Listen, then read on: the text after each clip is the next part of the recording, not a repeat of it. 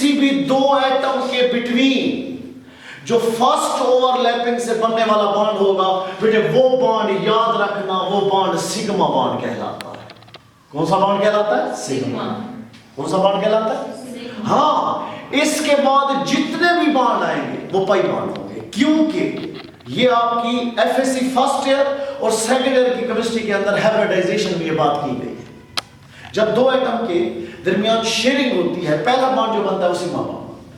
जैसे मैं अगर बात करता हूं इथेन, इथीन, इथाइन वगैरह, उसमें क्या होता है? Single bond ethane, double bond ethene, triple bond ethyne.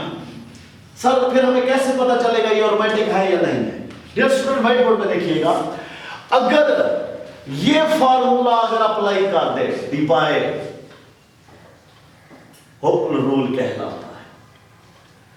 इसको अप्लाई करने से आपको उसके पता चल जाएगा कि आया कि एरोमेटिक हाइड्रोकार्बन रखता है या नहीं रखता। इसको हम कैलकुलेट कैसे करेंगे बच्चे?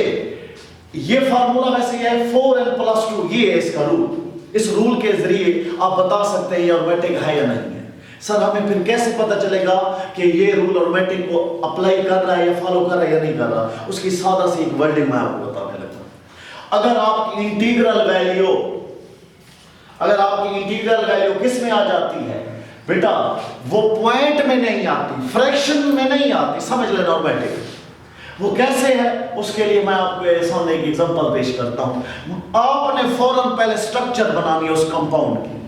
बनाने के बाद मैंने सर ये समझ नहीं आ रहा ये 6 कहां से आया? 6 इलेक्ट्रॉन है। देखो बेटा, एक बॉन्ड में 2 इलेक्ट्रॉन होते हैं। मेरे पास नंबर ऑफ बॉन्ड कितने हैं? 3 के कितने इलेक्ट्रॉन बनेंगे बेटा? 6 बन गए हैं। अब एक काम करना, फिर इसको सिंपलीफाई करते हैं, मजीद ड्राइव करते हैं। 4n + 2 = 6 है ना। अब जब इसको ड्राइव करते हैं 4n, ये 2 उधर जाएगा, क्या हो जाएगा? माइनस का हो जाएगा, प्लस का है ना, बोलो। अब मुझे बताओ 6 में से 2 इलेक्ट्रॉन चले जाएं, बाकी कितने बच जाएंगे रिमाइंडिंग? 4 इलेक्ट्रॉन। यहां क्या लिखा हुआ है? 4n। मैंने कहा n फॉर इंटीग्रल वैल्यू है, नंबर है। अगर आपका नंबर 0, वैसे 0 होता नहीं, 1 2 3 so on so, एक होता है नेचुरल नंबर, एक होता है होल नंबर। उनकी अगर बात कर रहे हैं तो बेटा n की वैल्यू निकालना चाहते हैं, n यही रहने देते हैं। 4 आगे लिखा हुआ है, ये इधर मल्टीप्लाई, नीचे आगे क्या हो जाएगा? डिवाइड हो जाएगा। बताओ आपका आंसर किस में आ रहा है? एक वैल्यू दे रहा है ना मेरा बेटा, जो विदाउट फ्रैक्शनल है। तो समझ लेना, पहली तो बात ये हुई कि ये एरोमेटिक हाइड्रोकार्बन है। कौन से हैं? हमने कहा था सेकंड ईयर की केमिस्ट्री में एरोमेटिक हाइड्रोकार्बन वो होते हैं जो एटलीस्ट 1 बेंजीन रिंग रखते हैं, कंप्लीट हो जाती है। नहीं, एरोमेटिक हाइड्रोकार्बन अगर आपने पढ़ना है उसके लिए 3-4 रूल्स हैं, उनमें से ये असूल अगर ये फार्मूला अप्लाई कर दिया जाए बेटा, = आगे 6 नहीं लिखना, ये आपको देखना होगा। जैसे फिरौन की बात करते हैं, हम तो वैसे फिरौन पढ़ते हैं, वैसे है नहीं। इस तरह की अगर पहले डिस्कशन में मुझे बताओ ये फार्मूला आपसे पूछा गया, बताओ पैराडीन का स्ट्रक्चर फार्मूला कौन सा है? मॉलिक्यूलर फार्मूला कौन सा है जिसमें कितने कार्बन होते हैं? 5। Hydrogen, nitrogen. तो ये बेटा याद रखिएगा, ये किसका फार्मूला होगा? पैराडीन। एक और मसला, अगर मैं आपसे एक और कहता हूं, आपसे पूछता हूं बताओ पेरोल का फार्मूला क्या होगा, तो क्या लगाओगे? NH लगाएंगे बेटा। किसका फार्मूला क्या लगाएंगे? अगर फिरौन का फार्मूले में आ गए तो क्या लगाओगे? O लगाओगे। अगर एक और बात सुनिएगा, बेंजीन के ऊपर बेटा NH2 लग जाए, बेंजीन के ऊपर क्या लग जाए मेरा बेटा?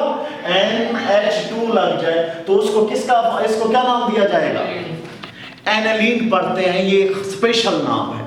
वैसे इसको अमाइनो बेंजीन भी पढ़ा जाता है। क्या पढ़ा जाता है? अच्छा, आपको याद होगा जब आपने 9 चैप्टर सेकंड ईयर केमिस्ट्री के ऑर्गेनिक हाइड्रोकार्बन में पढ़ा होगा, आपकी बुक वाले ने nomenclature of monocyclic aromatic hydrocarbon को डिस्कस किया था।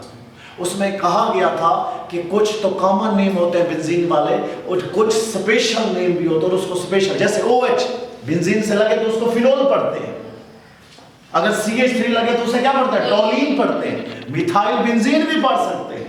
लेकिन उसके साथ होता है। तो फर्स्ट जो हमारी आपकी ऑब्जेक्टिव में अगर देखा जाए तो मॉलिक्यूलर फार्मूला पैराडिन बेटा आपका बीटा ऑप्शन होगा, जिसमें C5H5N होगा। नेक्स्ट डियर स्टूडेंट, मैं आप ही से पूछूंगा, आपको ये बात कर चुका हूं, पढ़ा चुका हूं। देखिएगा इधर देखिए, अगर आपसे एक शर्त पूछी जाए, बताओ ज्योमेट्रिकल आइसोमरिज्म कौन से होते हैं?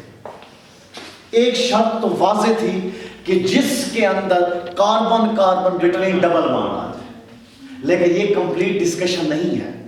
ये information geometrical isomerism cis trans के लिए नहीं है। और आपकी बुक में एक और बात भी अगर ऐड करना चाहो लिख सकते हो, कार्बन डबल बॉन्ड नाइट्रोजन रखने वाले भी ज्योमेट्रिकल आइसोमरिज्म शो कर सकते हैं। आप अपने साथ उसमें लिखते जाएं। वैसे तो दो कंडीशन लाजमी है, कौन कौन सी? याद होगा, कार्बन कार्बन डबल बॉन्ड हो, each carbon having two different identical group,